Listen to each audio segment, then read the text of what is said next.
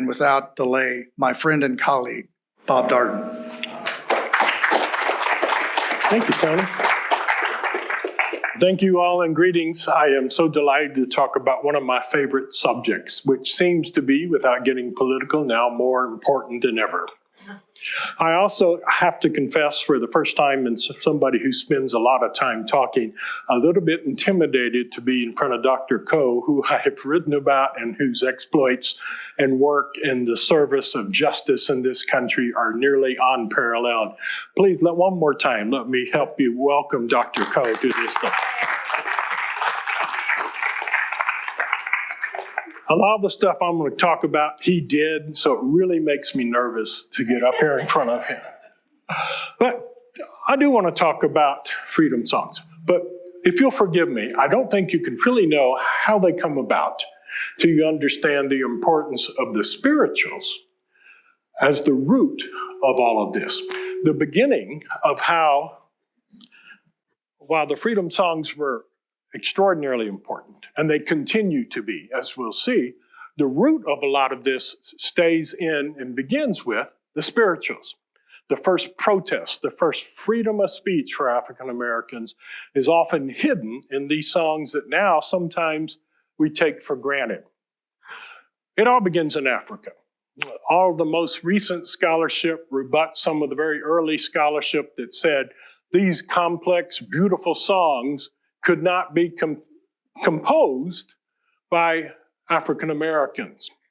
In fact, they were, and they created an entirely music form, and they did it with the scraps of what was available to them.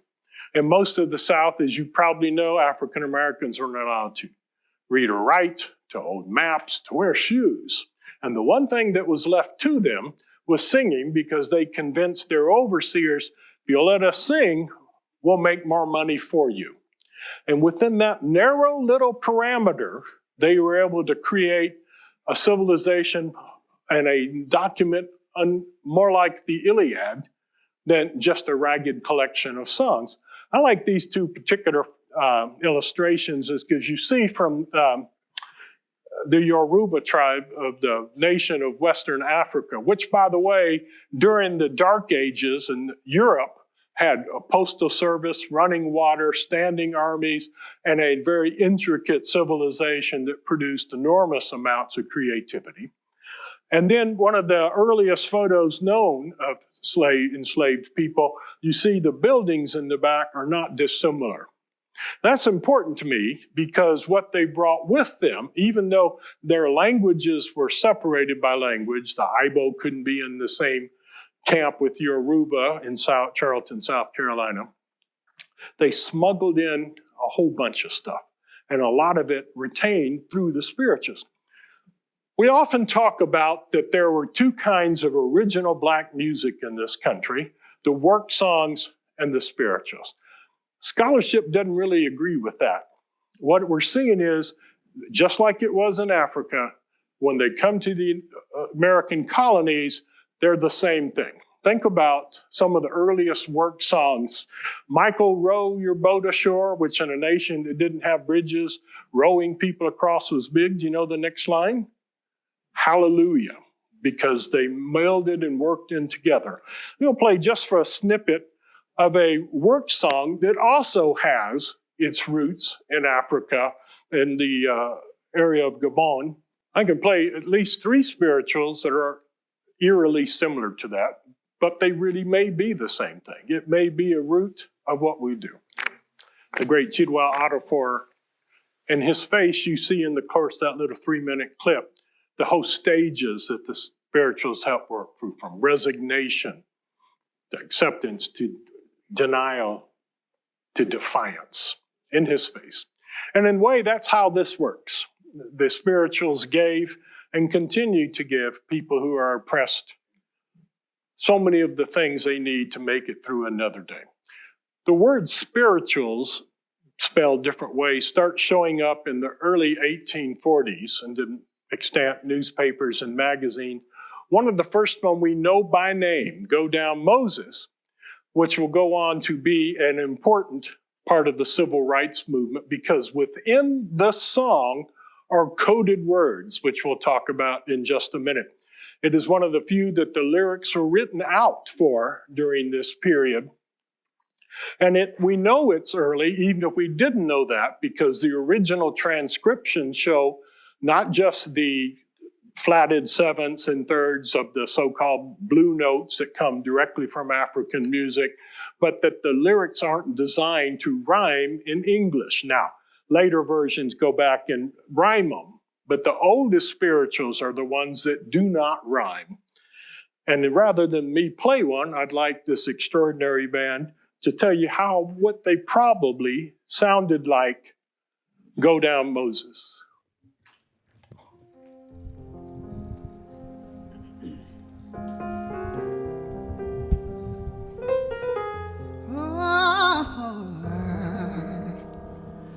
Go down, Moses, way down in Egypt land. Tell old Pharaoh to let my people go. When Israel was an Egypt land, let my people go. Oppressed so hard they could not stand, let my people go.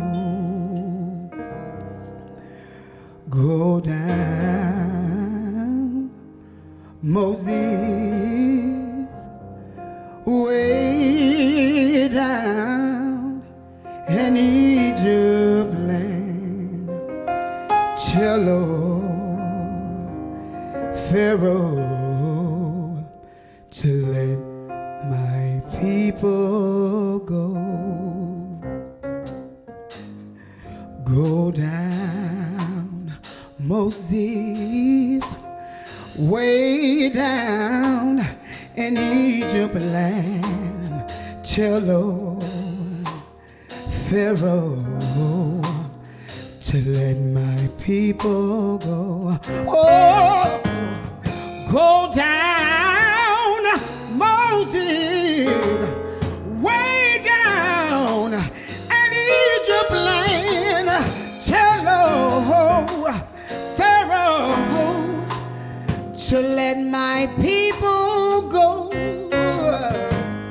Go down, Moses, way down in Egypt land. Tell old Pharaoh to let my people go. Oh, yeah. Do. Oh, yeah.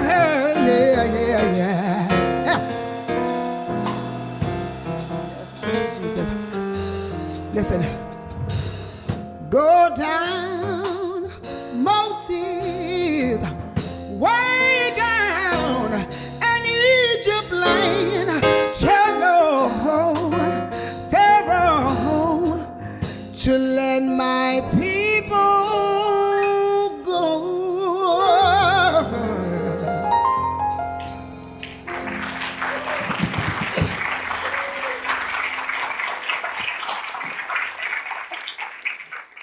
Let my people go. Now, take for just a moment. We might thought about this, but there are others who have.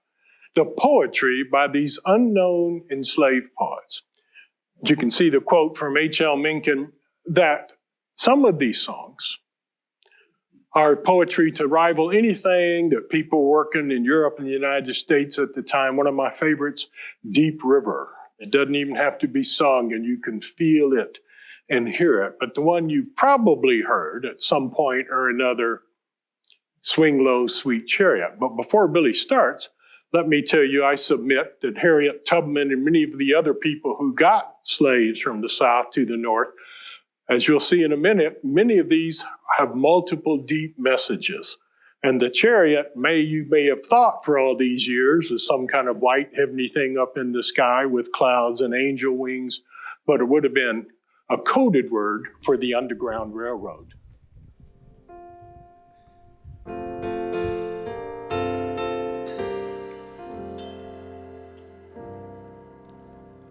Swing low, sweet chariot, coming for to carry me home. Swing low, sweet chariot, coming for to carry me home. Can you do your clap? I looked over Jordan, and what did I see? Coming for to carry me home. Yeah. A band of angels was coming after me, coming for to carry me home. Come on and put them together right here. Swing low, yeah.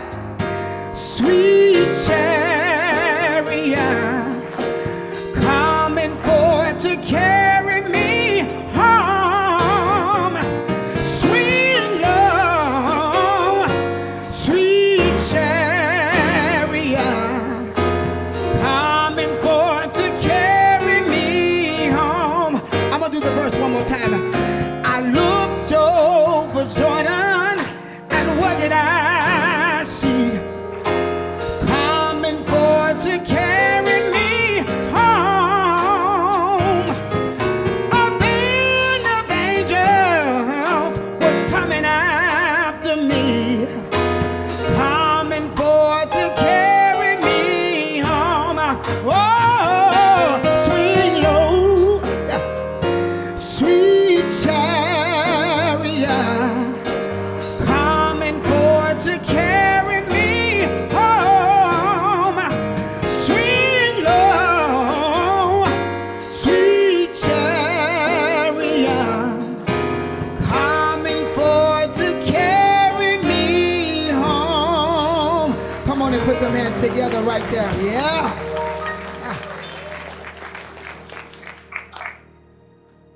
In the sense of what you just did, is part of what the spirituals were all about. In a place where most of the people couldn't read, they weren't even allowed to have lyrics or music. The spirituals were taught in a call and response, much like Pastor Billy just did there. But they did a whole lot more than that. We know that the spirituals are used to teach counting songs, to teach the alphabet, the months of the year. We know they were taught to use people to calm down when they'd been cruelly abused, and they're also to lift them up when they needed to rejoice. The spirituals created an entire world within these words that were allowed to them. Once again, a few more that you may or may not know to show you the sheer poetry of some of these different spirituals. O graveyard, lay this body down. And a people that spent most of their time outdoors, and even in the small shacks they had, many of them where you could see the stars. When you spend your days outdoors, there's so many of the spirituals are about the seasons, or about the different kinds of things that you experience when you're that close to nature. And the other thing that still strikes me all these years later is that the spirituals are often sung by people who believed what they were singing about was happening in real time. The spirituals were like newspapers. Newspapers, Charles, they were early newspapers.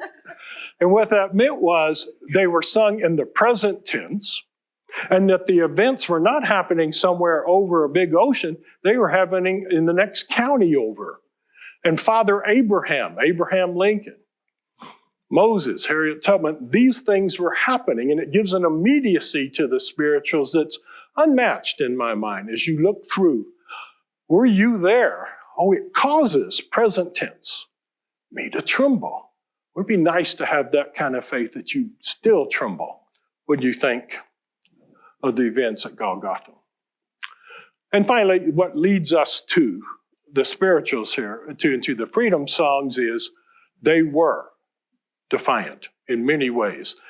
Some subtle, like Swing Low, Sweet Chariot. Others, my favorite, didn't the Lord deliver Daniel? And why not every man? How dense did you have to be as a slave overseer not to know that wasn't about freedom? You got a right to the tree of life. You may hinder me here, but you're not going to hinder me there. All of these are different snippets from different spirituals that we begin seeing as early as the 1850s, that defiance that would enable them to get through how I got over another day.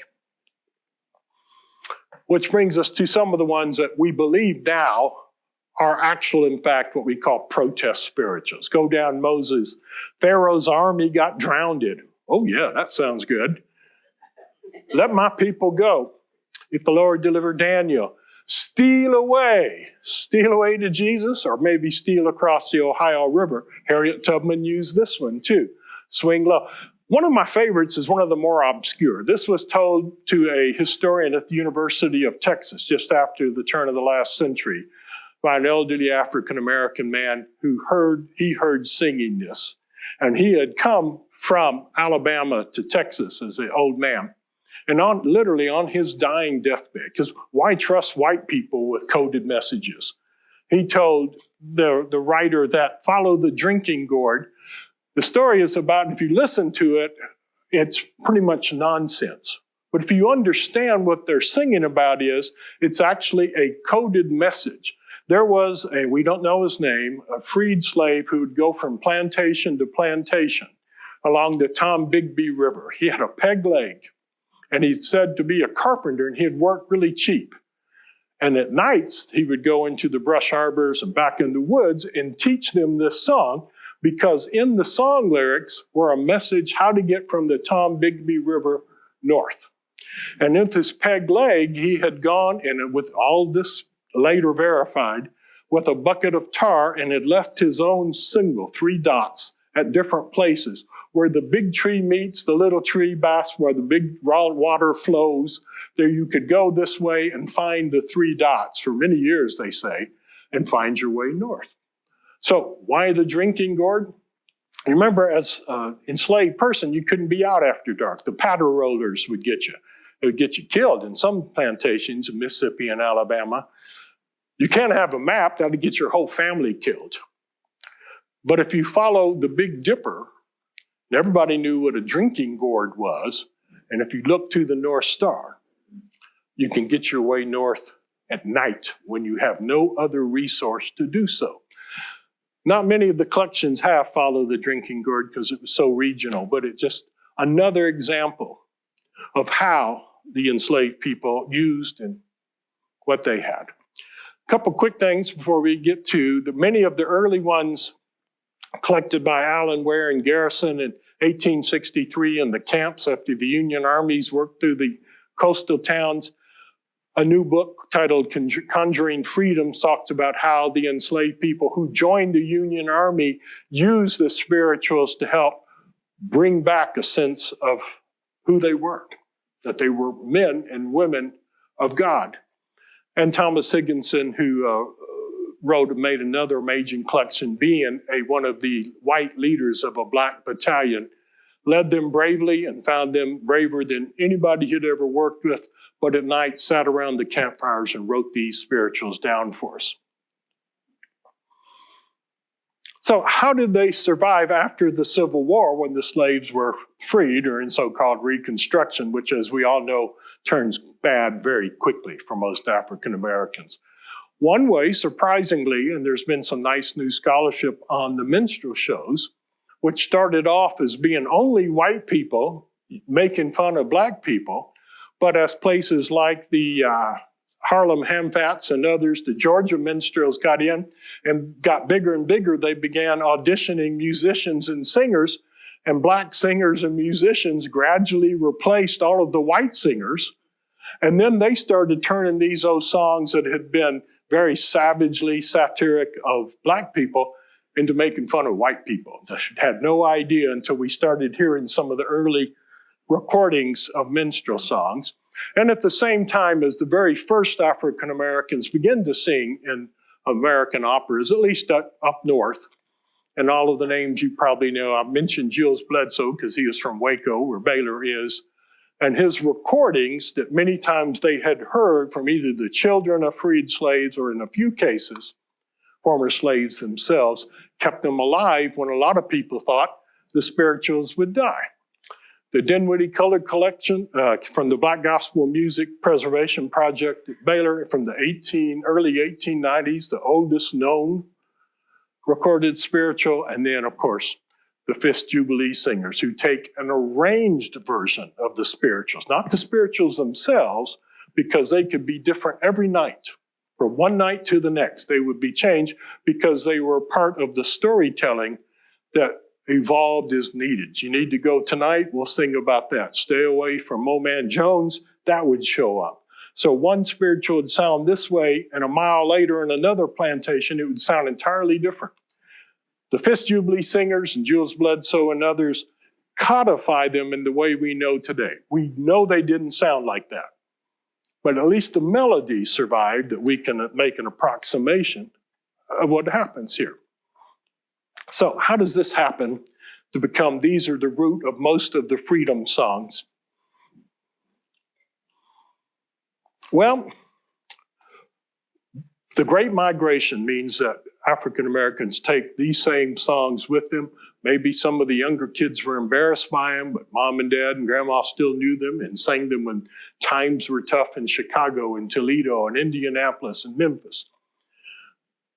And about the same time, they start running into the first of the immigrants from the United Kingdom. Now, they had had labor songs in the UK for nearly 200 years by this point, a rich tradition of songs very much like freedom songs, the two we probably know today. Which side are you on, boy? Which side are you on? And We Shall Not Be Moved. What's fun about We Shall Not Be Moved, it shows up originally in the old child ballads in England.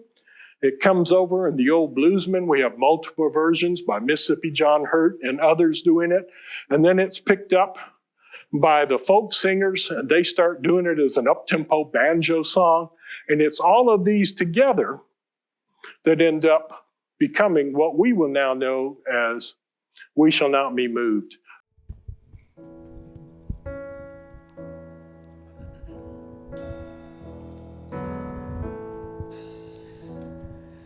We shall not be moved. We shall not be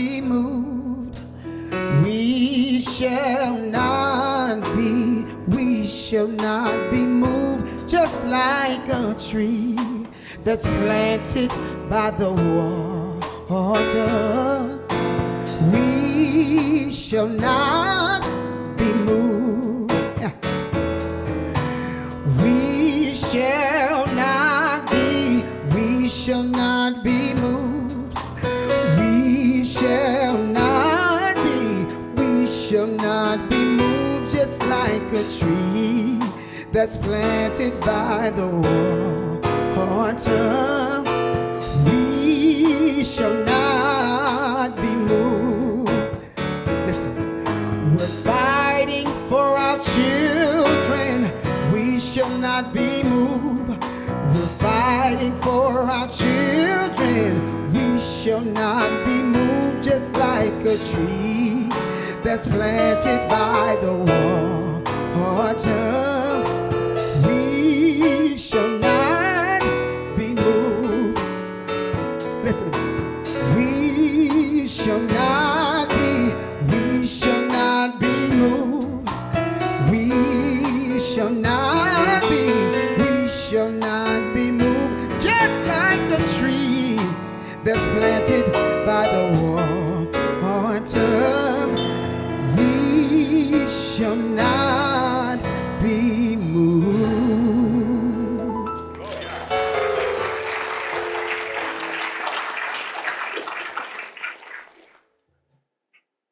So, where do freedom songs begin?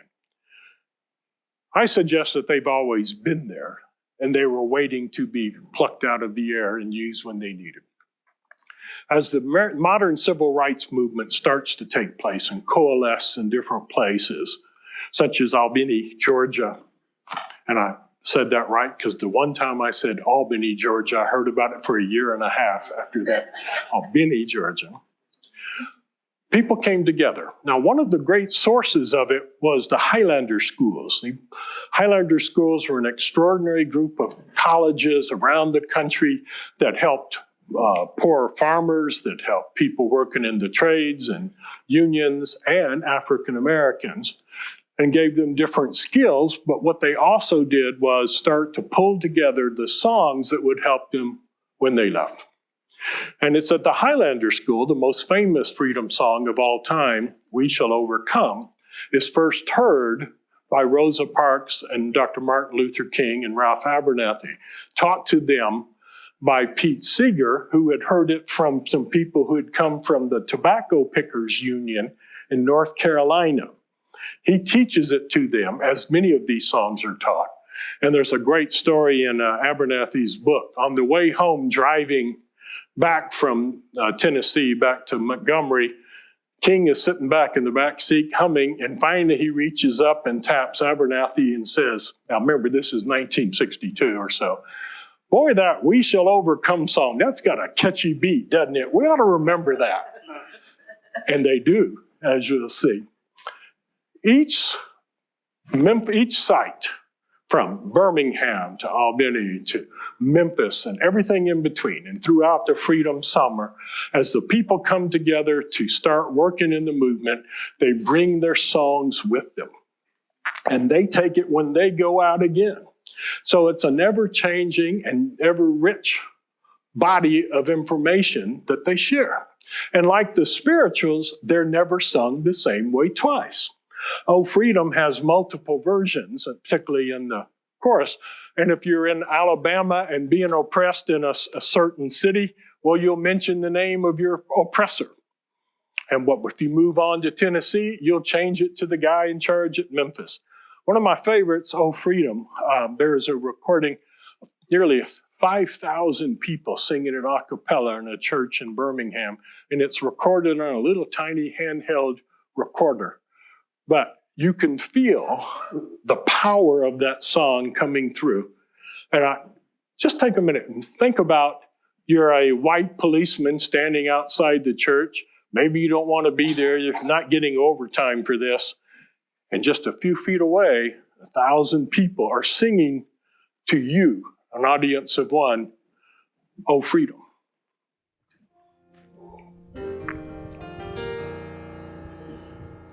Oh, freedom. Oh, freedom. Oh, freedom over me. And before I'll be a slave, I'll be buried in my grave and go home to my Lord and be free.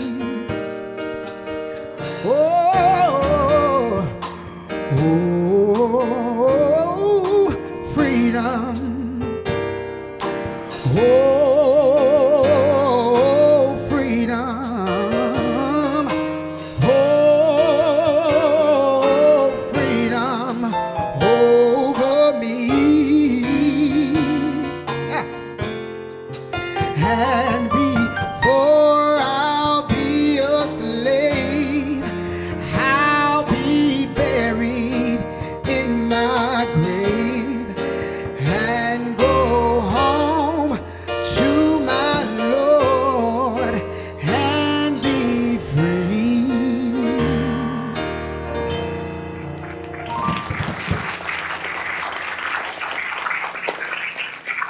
Before I'd be a slave, I'd be buried in my grave, and some were.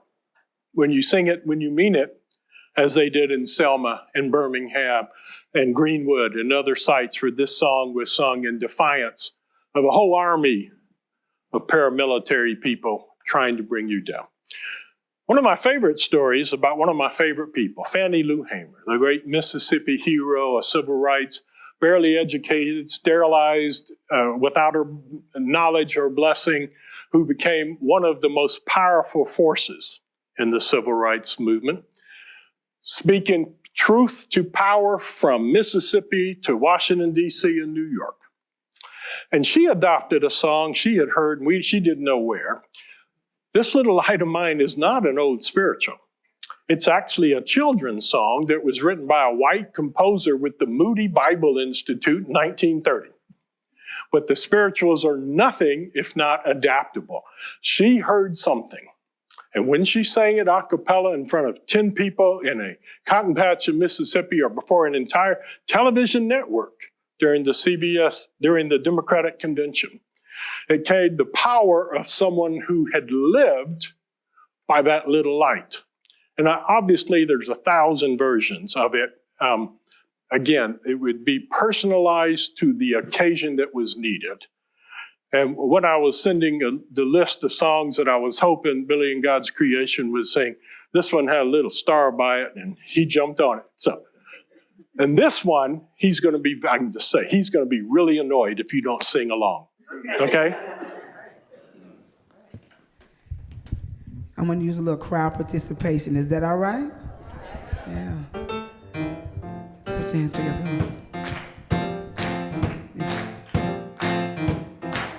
Come on, put them together, yeah. That's it. Oh, this little light of mine, oh, I'm gonna let it shine. Oh, this little light of mine, I'm gonna let it shine. This little light of mine, oh, I'm gonna let it shine. Let it shine, let it shine, let it shine. Oh, everywhere this everywhere I go, oh, I'm gonna let it shine. Oh, everywhere I go, I'm gonna let it shine. Everywhere I go, I'm gonna let it shine. Let it shine, let it shine, let it shine. Come on, y'all say it. Jesus gave it to me, yeah. I'm gonna let it shine. That's it, Jesus gave it to me. I'm gonna let it shine. Jesus gave it to me, yeah. I'm gonna let it shine. Let it shine, let it shine.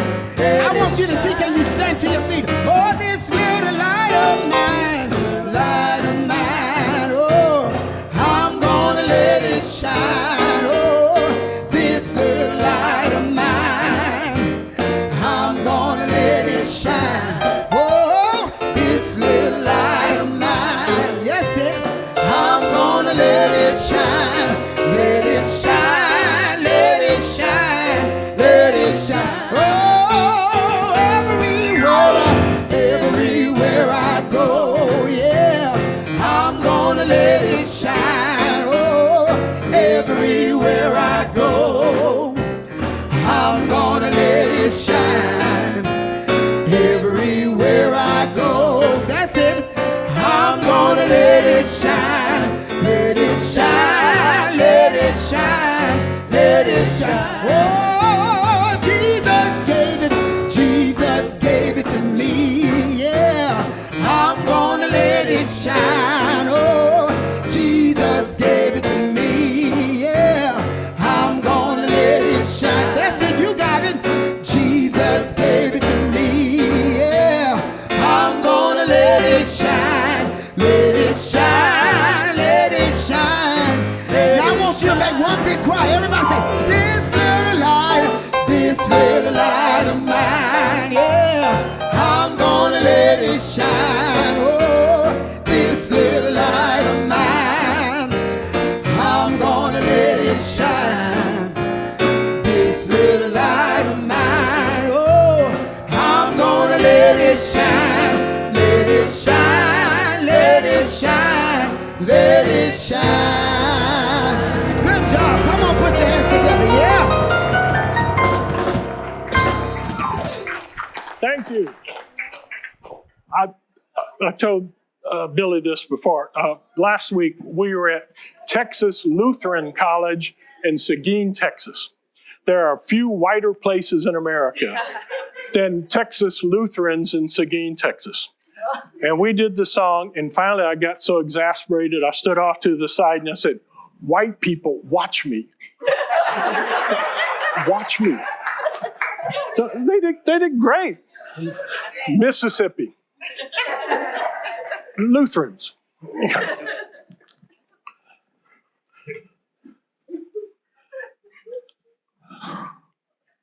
One of the ones that shows up particularly in Alabama, this one's in Birmingham first and then in Selma, which, as you know, particularly brutal, maybe second only to the Mississippi Freedom Summer, because this is no longer patsying around. This is defiant to the face. These are songs sung about specific people. I'm not going to let Sheriff Jones turn me around. Turn me around. I'm not going to let him. So when you hear this, think about it sung, a little tiny 10-year-old girl. There's an extraordinary photo of two little African-American girls holding hands, standing in front of a whole army of paramilitary police, glaring at them, holding their nightsticks, and I'm not going to turn around.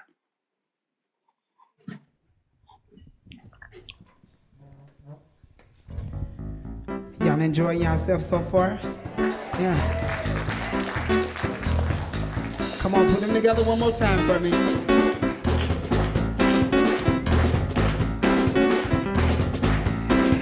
Ain't gonna let nobody turn me around, turn me around, turn me around. Ain't gonna let nobody turn me around. I'm gonna keep on walking, keep on talking, marching on to freedom land. Come on, put them together, yeah. Here we go. Ain't gonna let nobody turn me around, turn me around, turn me around. Ain't gonna let nobody turn me around. I'm gonna keep on walking, keep on talking, marching on to freedom land. Yeah, that's it, that's it. Ain't gonna let segregation turn me around, turn me around, turn me around. Ain't gonna let segregation turn me around. I'm gonna keep on walking, keep on talking, marching on to freedom land. Yeah. Ain't gonna let hatred turn me around, turn me around, turn me around. Ain't gonna let hatred turn me around. I'm gonna keep on walking, keep on talking, marching up to kingdom land.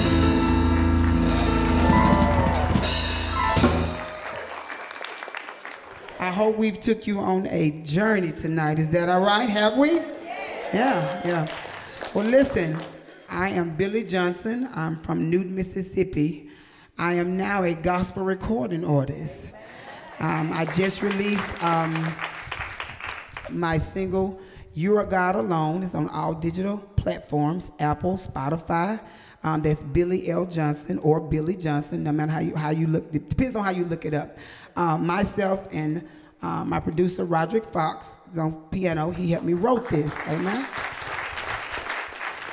So just a tad bit about me. Of course, I'm from New Mississippi. I started my ministry 15 years ago, and God has blessed me to be where I am today. Amen. It's because of him I am where I am. Amen. I'm going to introduce some of my members. All of them are not here, but I'm going to introduce the ones that are here. Of course, you know Mr. Roderick Fox on the piano. Yeah. Mr. Tyrone McDonald on drums. Singers are Miss Pamela Harris. I'm going to introduce my managers. We are Mr. Akeem Johnson. Raise your hand. And certainly, last but not least, the woman that started me at the age of 5 singing in the Baptist church choir, my mother, Miss Joyce Kelly.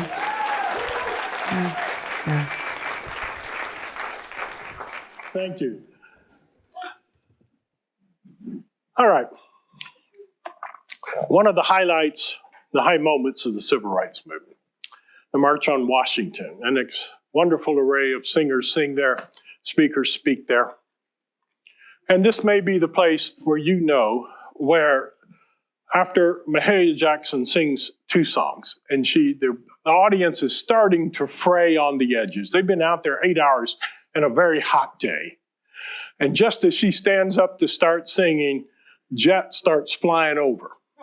And she looks at it and dares it to drown her out and sings, I've been Buke and I've been scorned, and how I got over. 2 of the songs that probably, gospel songs that best epitomize the actual struggle that gets from here to there and how singing had a part in it. This is also the spot, you may know, that when Dr. King finally does get up after nearly 8 hours and starts speaking, he's doing a prepared speech that he had given once before. And the audience is a little restless, they're tired and they're hot. And if you listen real carefully to the video footage of the thing shot by CBS Evening News, you can hear Mahalia in background. And she says, tell them about the dream, Martin. Tell them about the dream, because she reads an audience. And he switches effortlessly into the great I Have a Dream speech. But it's a gospel singer that prods him into doing it. This is one of the songs she sang that day to 250,000 people.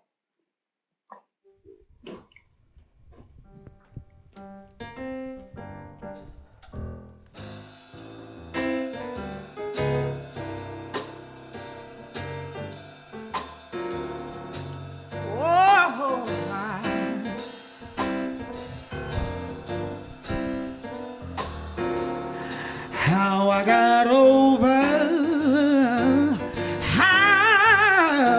how I got over.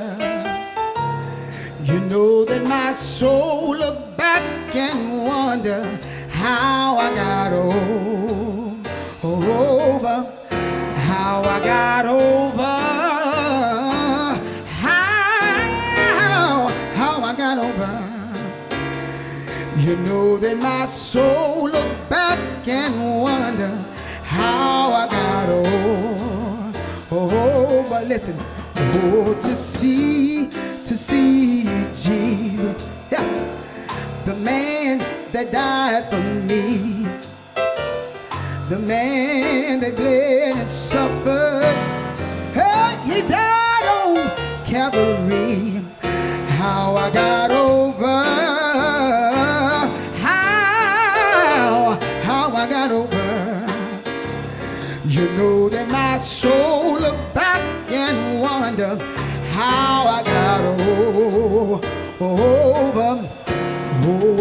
soon as I see Jesus, the man that died for me, the man that bled and suffered, oh, he hung on Calvary. How I got over,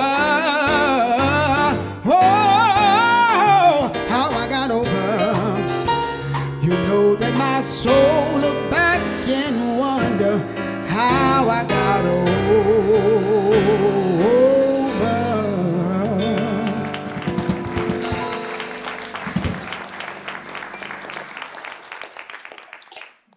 A lot of what I'm talking about today came from 2 books I did on the history of the freedom songs and the spirituals.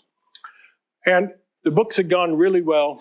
I'd finished the volume 1, which took it from the Civil War to the Civil Rights Movement, and volume 2, which took it from the sit-ins to Resurrection City. Now, if you're familiar with Resurrection City, it takes place after King's death. The movement is fragmented. The Black Panthers and the more militant side of the organizations are gaining strength. And it all seems to go to hell. And I said, I've just spent 8 years traveling with and I need to call out another hero here who traveled with me to spend weeks on the south side of Chicago, the west side of Memphis, and the west side of Birmingham, and never complained to my face. My wife, Mary, who was there at every day. We went on vacations, and I was just really blue. The book was finished, and the publisher was waiting. And my son, who now lives in Brooklyn, said, Dad, you know they sang We Shall Overcome at the fall of the Berlin Wall, don't you? The Scorpions, which is a heavy metal band, played it. No, son, I didn't know that. And when I began to look in it, I found out these same songs we have just been done have been sung around the world by people who are not African American, who are not Christian, but are oppressed people trying to come out of extraordinarily bad circumstances time and time again. They have moved and empowered people just about everywhere. We have photos of, this is from the Hong Kong Umbrella Revolution. The short-lived Arab Spring, where they had comic books made with the lyrics of the civil rights freedom songs in Arabic to share as those countries threw off centuries of oppression. And they continue today.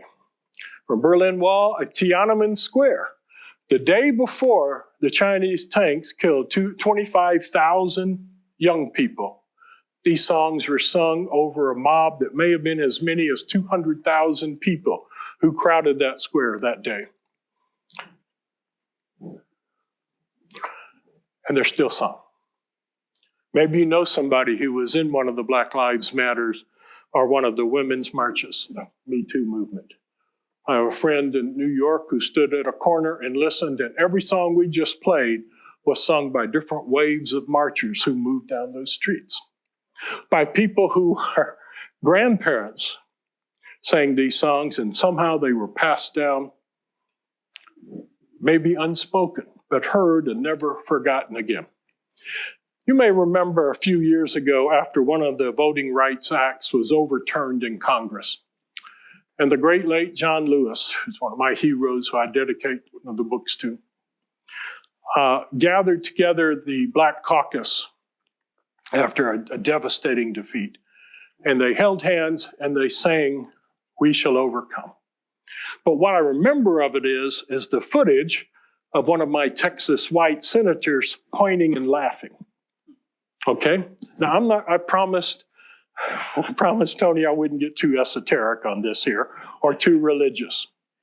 But these songs survive, and they survive because God wills this.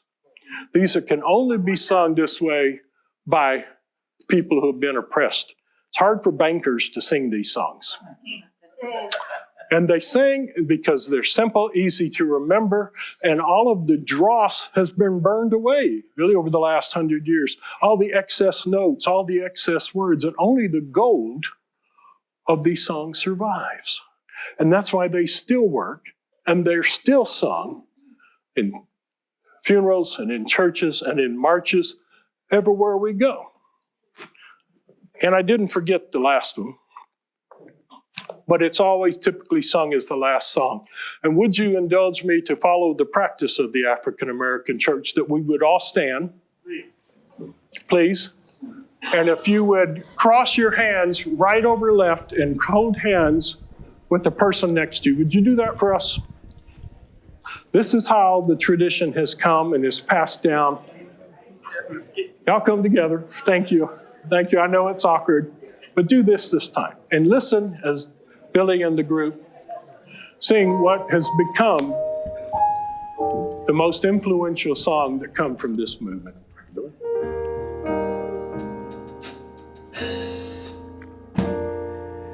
We shall overcome.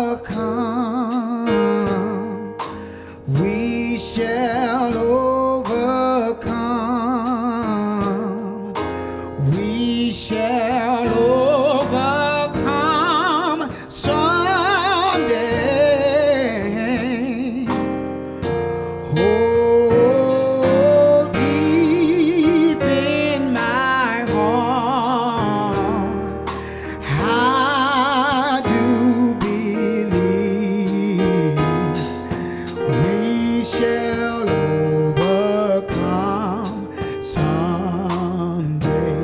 If you know it, help us sing it if you don't mind. Let's take it from the top. We shall overcome. We shall overcome. We shall overcome someday.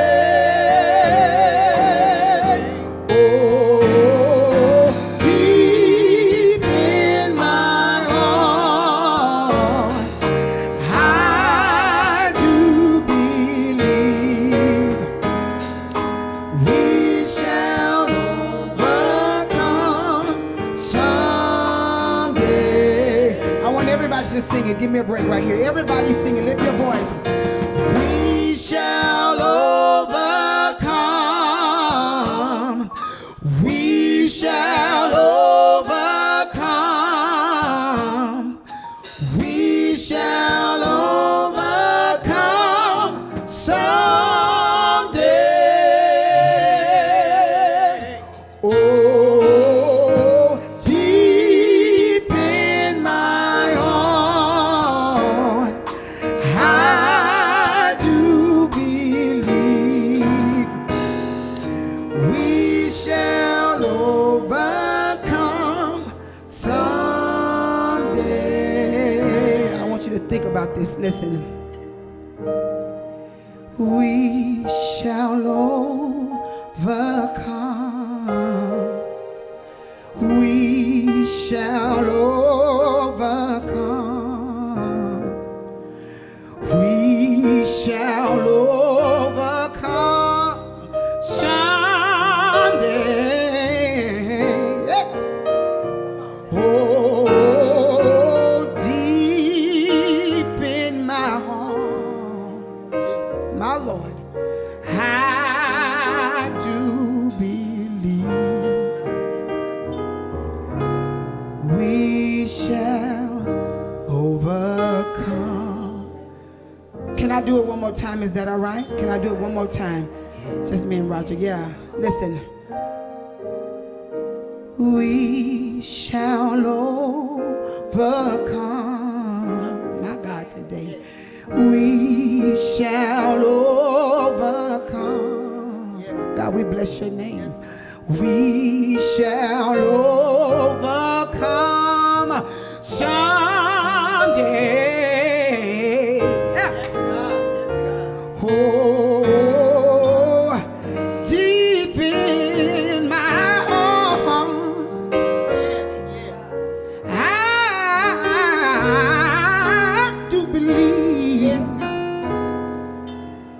we shall overcome someday.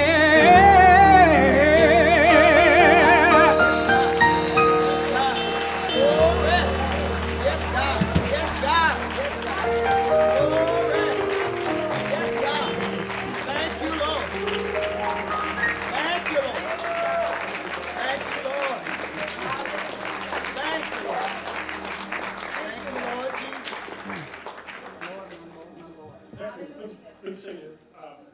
Tony? Would you like to do some, we have a few minutes to do a few questions? As for an encore, Ronnie, Billy and God's creation. I bet they have one. I don't know what it is, but I have it. But yeah, let's do some questions and comments, questions. We've got mics. Oh, I've got it. Dr. Cole. If you have a mic here just for a second. No, of course. Is there a song that we sang or one we didn't sing that has a particular resonance for you from your days, marching and singing and being part of the doing that song to get out of this surprised fact about every song that you sang bring back memories either from childhood or from some point in time. I sort of grew up quote in the church, and so all the people were just church songs that I sang, and so I happened to know the lyrics to most of them. And so I'm just kind of appreciative. This has been outstanding. Just thank you so much for the opportunity to be here. Well, then, one more song? Just one. Oh, yes.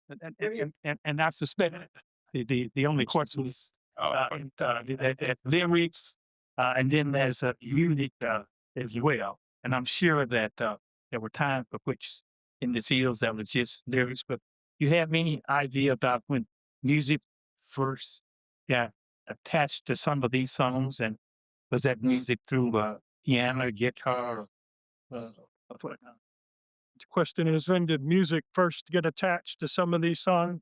Yeah. The best scholarship we have. Remember, nobody's ever heard of real spiritual, although there were isolated churches, G's Bend, Alabama, a few other places that kept the tradition along, is that it was always a cappella, and that the music wasn't added until the Highlander School to teach people like the guy in Candy Carawan, some of you would know, Pete Seeger and others used the guitar mainly to keep people, give them the chord, the key, and the note. But no, all the instrumentation is a much later addition to the canon. But it was always a cappella, always changed, never sung the same way twice. There's a So question over here. I've got a question, and that you're from Texas, and which has been kind of the epicenter of immigration issues. Does the Hispanic community have any sort of tradition or culture that relates to this? Because there's a lot of intersections and intertwining between. Great question. Yes, there are both songs that they have from their own tradition in Spanish, from old folk melodies that have been adapted. And in few of the larger cities, they have used some of the freedom songs, but done them in Spanish as well. The tradition has continued, but it's enriched by the addition of the new folk songs from Mexico and Guatemala and elsewhere. And I suspect the same things did happen in the Arab Spring. In Hong Kong, the freedom song was an old pop song from the 1990s that just had a vague reference to something like this. And all those poor people who were out day after day sang this old pop song. The problem is, what's great about the freedom song is you don't need lyrics. Somebody can teach them to you. A song with 7 verses and 2 different choruses is a whole lot harder, but they manage.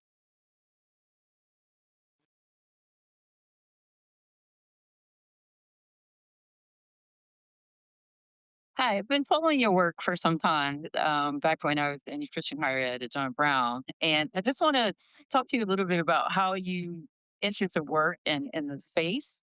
To author these books and to spend time in the west side of Chicago and the west side of Memphis, or if you're from Madison County, Jackson, Tennessee, where I'm from, you know, how did you enter the space to have the connectivity to build the relationships where people would trust you with those songs and sing "I Don't Feel No Ways Tired" for nights. That was it's founding, and this music was foundational to my life. If anybody's really turned this on. The book I first did on this, people get ready. A New History of Black Gospel Music is what first made I saw that the freedom songs are part of this spectrum. But Tony mentioned the Black Gospel Music Preservation Program at Baylor. Very early on, we began to receive boxes of 45s. Do I need to explain 45s? You know, you guys back there know what I'm talking about. Students are, Wanda, thank you. I see that hand. I see that.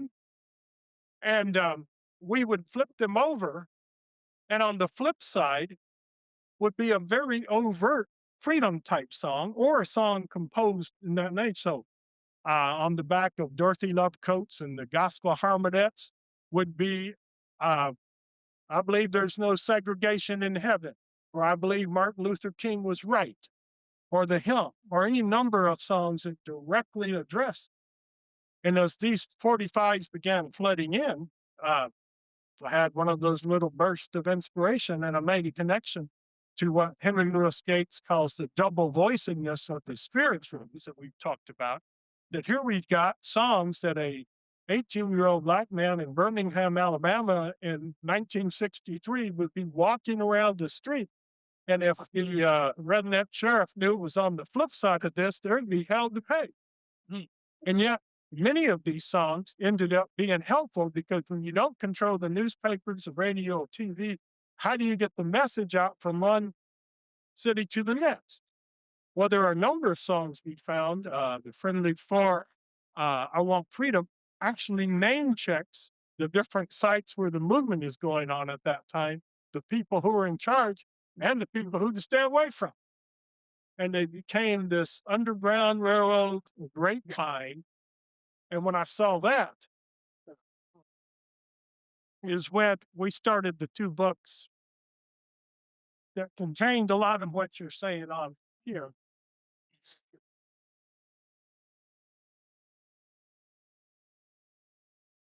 Nothing But Love in God's Water, one which up to the civil rights movement, and the one I mentioned at the end from Citizens of Resurrection. So that's how this all began. And we went and talked to as many of the movement survivors as we could find. And Mary and I went some extraordinary places, the housing projects on the west side of Chicago type things, and people who in their 80s who couldn't remember legislation. They couldn't remember what the preacher said or even what Dr. King said. But as we sat in their little living rooms, they sang to us a cappella, these song after song, and we had private concerts for the people who were there. And it's some of the most precious moments of both of our lives. Bob, let's try this. Okay. I do have, is this mic on? Can you hear me? I do have one other thing I would like to ask about, and that is a question to Dr. Cole. Dr. Cole, is there a documentary that we should be paying attention to sometime in the next week or so? Could not hear the truth. I refuse to answer on grounds that it might incriminate me. Honest and long answer. There will be a documentary viewing on tomorrow evening at the Melcombe Theater, the Commissary here in Oxford at 6:30. At 6 o'clock. At 6 o'clock. And then again next Tuesday, March the 3rd, Fulton Chapel, 5:30. And that event is open to the community. Could you tell us a little bit about the documentary? The documentary, it highlights the Fulton Chapel protest that was done by the students that was present at that time at the University of Mississippi, asking for student rights to be treated like the other students on this campus. And they had 27 demands. And they disrupted the concert that evening because they believed that what they were asking for was just human rights and they deserved to have them. So the story is going to talk about that and to talk about some of the work that Dr. Cole has done with his life. And his life is about education and about justice. And he believed that education is truly the leveling ground for success and that those who strive for it should have the opportunity to get it. There's a word. Thank you.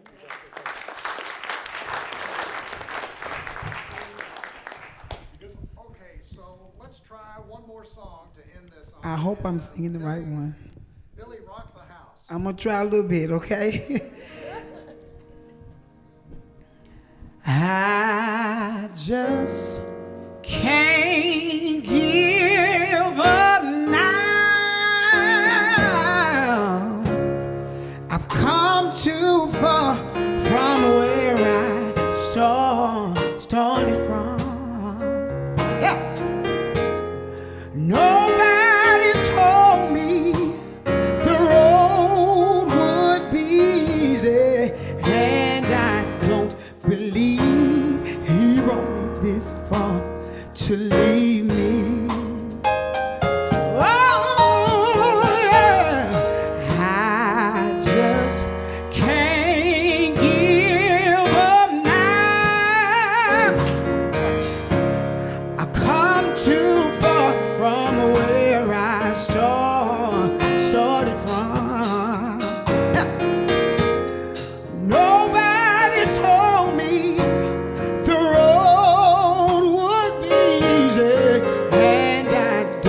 believe he brought me this far to leave me. I just can't give up now. I've come too far, y'all, from where I started from. Bless your name, Jesus. Yeah. Nobody told me the road would be easy, and I don't believe he brought me this far. I don't believe he brought me this far. I don't believe he brought me this far. I don't believe, Lord, he brought me this far. I've been through so much in my life, but he brought me this far. We come a mighty long way, but he brought me this far. I don't believe he brought me this far to leave me.